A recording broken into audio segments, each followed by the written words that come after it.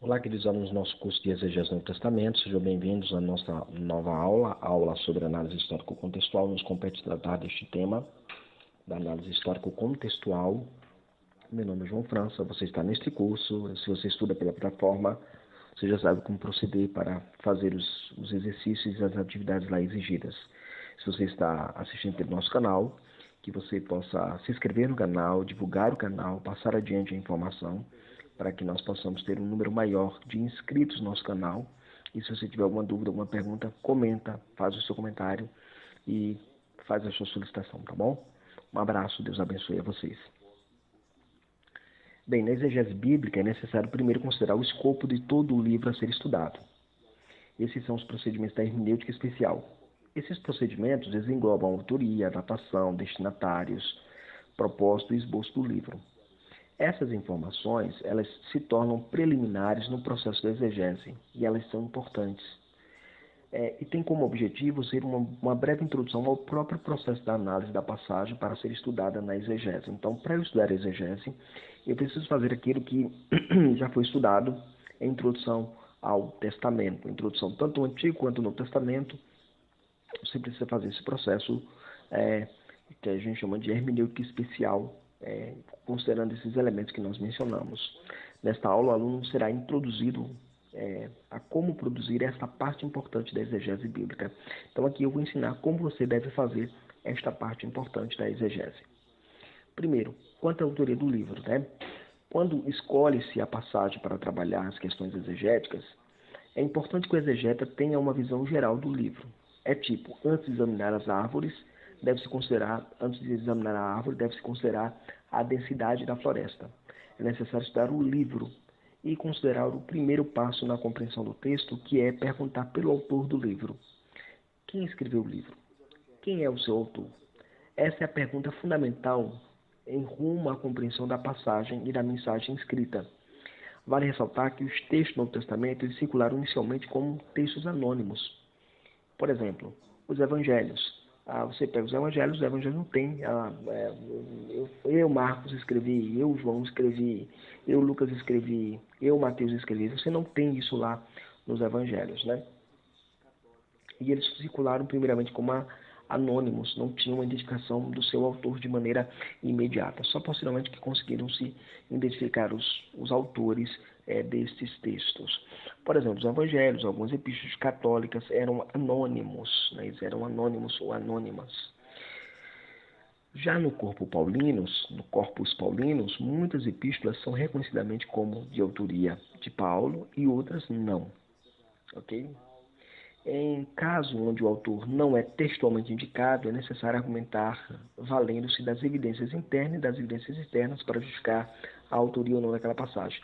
Você está lendo um texto e geralmente você está lá lendo o texto da Paulo, apóstolo de Jesus, aos cristãos que estão em Éfeso. Então Paulo, ele se nomeia ali, você sabe quem foi ele que escreveu. Mas quando você começa lá, insensatos Gálatas, então você já não sabe exatamente quem foi que escreveu. Ou quando você começa a carta de 1 João lá, né? O que era desde o princípio, o que temos ouvido. Ele não começa dizendo, sou eu, João, não. Então, você tem que olhar as evidências internas dentro do próprio livro, e aí você precisa ter uma estrutura macro, olhar de maneira grande, olhar para todo o escopo do livro, para poder chegar a uma identidade pormenorizada da sua autoria. Afirmá-la ou negá-la. Afirmá-la seria confirmar o que a tradição diz, que foi aquele autor que escreveu, ou negá-la. E contra a tradição, afirmando com bases da evidência interna aquilo que se sustenta não sendo a autoria do autor daquela carta. O nome que figura como autor não é aquele. Também desse valer-se também das evidências externas, ou seja, daquilo que é declarado sobre a autoria em relação ao livro. Então, há necessidade também de olhar para o que as outras pessoas falaram do livro, ensinaram sobre o livro, apontaram sobre o livro, se de fato se confirma a autoria ou não daquele livro, ok? Vamos aqui, o exemplo. 1 João. O aluno deverá apresentar uma argumentação que justifique a autoria da carta. Primeiro, a autoria. Vamos observar aqui. Você está escrevendo sua metodologia de exegese e você começa lá a autoria. Então você tem lá a autoria. John Stott argumenta que devemos buscar evidência para a autoria da carta na própria carta. Então, para eu descobrir a autoria, John Stott diz assim, para eu saber que se João é autor dessa epístola, eu preciso olhar dentro da própria epístola para ter alguma indicação de que João, o apóstolo, tenha sido de fato o autor desta epístola. Ok? Também as evidências externas. Por exemplo, nas evidências externas eu vou ter alguns exemplos aqui que eu coloquei só para ilustrar, tá, gente? Isso aqui só é para ilustrar como você deve fazer na sua exegese, tá? Esse B aqui é para estar aqui embaixo, tá, gente? Na sequência, imagina que aqui é uma pauta do texto em Word, tá? Aí isso aqui está embaixo, tá, gente? Essa parte daqui está embaixo. Mas como eu quis colocar paralelo, só para mostrar para vocês como funciona. Então, por exemplo, na evidência externa eu tenho Policarpo. Policarpo cita 1 João capítulo 4, verso 3, como sendo a autoria de João, o discípulo do Senhor. Eusébio Cesareia confirma que 1 João foi escrita por João, o discípulo de Cristo. E aí eu entro nas evidências internas. Nas evidências internas eu vou comparar o Evangelho, João, 1 João, 2 João, 3 João, e vou observar que dentro dessas passagens que eu menciono aqui, elas têm uma correlação no uso das mesmas estruturas gramaticais, dos mesmos termos, dos mesmos vocábulos. Então, esta comparação literária aponta para a evidência interna de que João, certamente, o discípulo do Senhor, o discípulo amado, certamente foi ele quem escreveu 1 João. Ok? Isso é apenas a título de exemplo. Um outro elemento importante dentro dessa questão é o local e a data. Outro elemento importante na análise do histórico-contextual é a localização do autor e a data da escrita de seu documento. Faz toda a diferença, por exemplo, se Paulo esteve preso ou não quando escreveu a carta aos Efésios. Também faz toda a diferença, por exemplo, se Apocalipse foi escrito antes de 70 ou depois de 70. Geralmente se ensina que Apocalipse foi escrito por volta de 98 depois de Cristo. Isso influencia muito a forma como você vai interpretar este livro profético. O local também. Aqui deve ser levado em consideração a situação vivencial do autor. A gente chama de Sipsleben. Então, onde o autor estava quando escreveu aquele documento, o que ele estava fazendo? Ele estava preso, ele estava acuado, ele estava deprimido, ele estava em viagem, ele estava peregrinando, ele estava na cidade, em que cidade estava? Essas questões. Por exemplo, 1 João foi escrito de Éfeso ou de Patmos. A gente tem que saber. 1 João foi escrito de Éfeso ou foi escrito da ilha de Patmos. Então, quando eu começo a olhar para o texto, entender o local, ver aonde isso me ajuda muito a entender a mensagem do livro e a mensagem da passagem que eu estou querendo fazer exegese. Também outro elemento importante é a data. A data deve ser considerada aquela na qual o autor terminou o seu escrito. Não é a data quando ele começou, mas é a data quando ele concluiu o seu escrito. Aproximadamente, essa data geralmente é aproximada. Aproximadamente João estava ali no ano 69, 68, quando escreveu a primeira João, ou estava lá no ano 90 ou ano 98, quando escreveu a sua carta. Essa é a questão que você precisa analisar e ver se de fato procede a sua pesquisa e a sua inquirição. E às vezes na sua pesquisa você vai poder você às vezes vai ser obrigado a contestar de mestres seus que ensinaram de maneira equivocada uma determinada fonte, uma determinada ação, uma determinada proposição em relação ao texto que você está estudando, ok? Então vamos ver aqui exemplo de local e data. Por exemplo, a local e data, aqui eu estou pressupondo a ideia de 1 João, tá, gente? Então, Mertênio argumenta que são indeterminados os tempos e local exatos e a ocasião da escrita dessas cartas, as cartas de João. Né? O outro escritor sugere que estas cartas joaninas foram escritas em Éfeso, aí o Champlain. Quanto à data, os eruditos estão também divididos. Alguns colocam os escritos de João para 89 a 90 depois de Cristo, entretanto é melhor datar a obra de João anos 70. Aí você pergunta por que isso? A razão disso é que em 70 depois de Cristo, Jerusalém foi devastada pelo general romano Tito, e tal evento não passaria desapercebido nos escritos joaninos. Ou seja, se as cartas de João mais o Apocalipse foram escritos depois de 70, então certamente João iria mencionar a queda de Jerusalém, a destruição de Jerusalém, de que forma se deu, e assim você não vê nenhum desses escritos.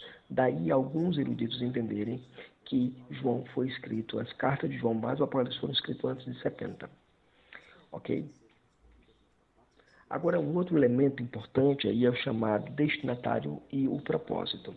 O terceiro passo importante na análise histórico-contextual é identificar o destinatário e o propósito do documento escrito. As perguntas a serem respondidas nesta parte são as seguintes: para quem foi escrito e por que foi escrito? Né? Para quem o autor mandou aquele documento? Para quem ele decide escrever aquele documento? Por que ele foi escrito? Os documentos do Novo Testamento devem ser lembrados que eles são circunstanciais, ou seja, eles foram elaborados para atender uma determinada demanda e circunstância no momento em que foram escritos. Por exemplo, a carta de Tiago foi direcionada aos judeus convertidos ao cristianismo, né, esses signos destinatários, e com a finalidade de confortá-los e exortá-los. Esse é o propósito. O Evangelho de João tinha como público os judeus, os destinatários, e tinha como objetivo promover a fé, o propósito. E por fim, Lucas, ao escrever a sua obra Lucas Atos, tinha como público o jovem Teófilo, e a finalidade era oferecer uma narrativa ordenada das coisas. O alvo era sempre a catequese, o ensino, a doutrina, o ensinamento de Teófilo. Então, todos os documentos do Novo Testamento eles são circunstanciais e atendem a uma circunstância, uma demanda específica, a um problema específico. Esse problema a gente chama de propósito. A gente precisa identificar qual é o propósito. E a gente também precisa identificar para quem se escreve. A obra está sendo escrita para quem, direcionada a quem, e qual a finalidade de escrever estas coisas da forma como escreve. Um exemplo disso é destinatários. Quanto à questão para quem foi escrito, as cartas joaninas parecem ter sido escritas para as igrejas da Ásia Menor. Aí o Champlin. O Carson parece também acompanhar Champlin neste parecer, ainda que argumente que a distinção geográfica seja uma inferência, ou seja, não é uma questão tão predominante, tão necessária, segundo Carson. E o outro caso é o caso do propósito. A questão para que João escreveu a sua primeira epístola, essa questão, para que João escreveu a sua primeira epístola, é a resposta fundamental no sentido de compreender a sua mensagem, né? Então, o propósito da carta é combater o ensino incipiente do gnosticismo na igreja primitiva, ok? Então, quando eu olho para esse propósito, eu vou entender exatamente a mensagem totalizada das cartas de João. Seguindo aqui para a introdução indutiva. A introdução indutiva, gente, é o outro nome que a gente dá para esboço. No estudo da exegese é importante que o aluno faça o seu próprio esboço. Então, você está estudando a passagem e tal, e aí você vai ler todo o livro e ver aquela passagem toda. Então, na passagem que você está querendo trabalhar, você faz um esboço. Não só da passagem, mas de todo o contexto da passagem, para que a gente possa ter uma visão geral do que é necessário nesse processo, ok? Muito bem. Então, o estudo indutivo é importante porque revela o corpo completo da passagem do livro em sentenças e proposições importantes. Por exemplo, você tem o esboço aí de 1 João, capítulo 1, de 1 a 4, de lá.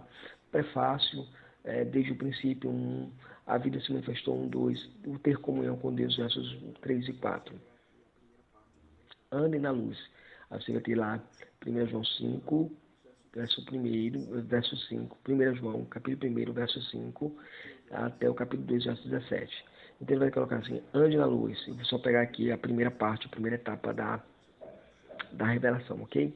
Então, dos versos de 5 a 10, diz assim, comunhão e perdão, Deus é luz, trevas e luz, engano e confissão. Aí eu quis também aqui no seu comentário sobre ao livro de 1 João, ok? Muito bem. E aí nós encerramos a nossa aula de hoje. Esperamos que você tenha gostado da nossa aula. É um resumo, é uma resumão de fatos para ser mais simples, mais claro, para que você entenda como você deve fazer todo o procedimento em relação à parte histórico-contextual.